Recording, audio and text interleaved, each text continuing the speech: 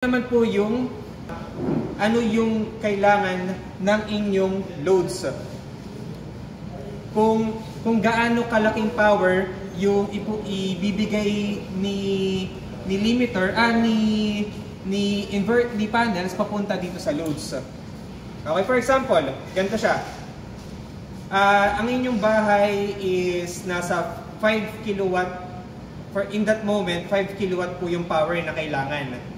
Ngayon po, ang ating panels po o yung ating solar PV system is nasa 10 kilowatt.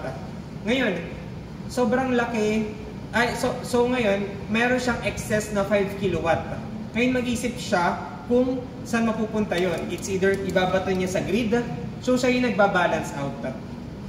So for example, pag net metering kayo. So yung net metering, ito yung program ng ating government na kung saan pwede tayong magbenta ng excess energy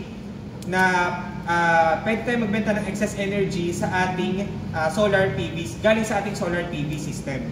For example, meron kayong 10 kilowatt na system and yung kailangan nyo lang po sa inyong bahay is 5 in that moment. So ngayon si limiter, sabi niya, sige, 5 kilowatt gamitin mo dyan.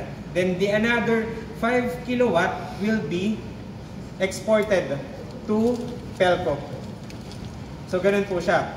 Then for the other cases po is that kulang naman po yung kailangan. Kulang naman po yung nabibigay ng ating solar.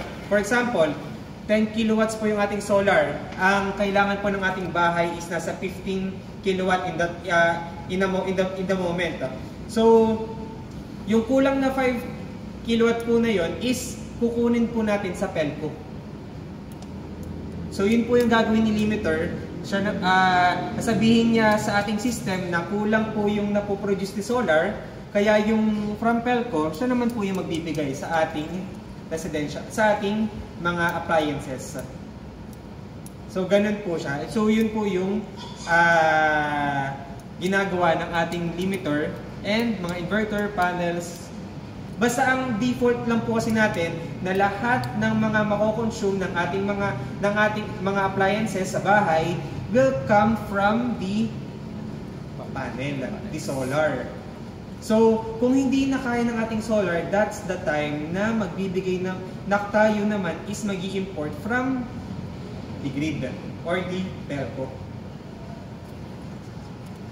Yan. So, ang hybrid naman po is, yun nga po, connected ka na sa grid and connected ka pa sa battery. Kaiba lang niya is, meron po tayong battery that can give you energy sa gabi. Ano po? Sabi? Sino po sir? Ano po yun? Wala po. Yes po. Storage po.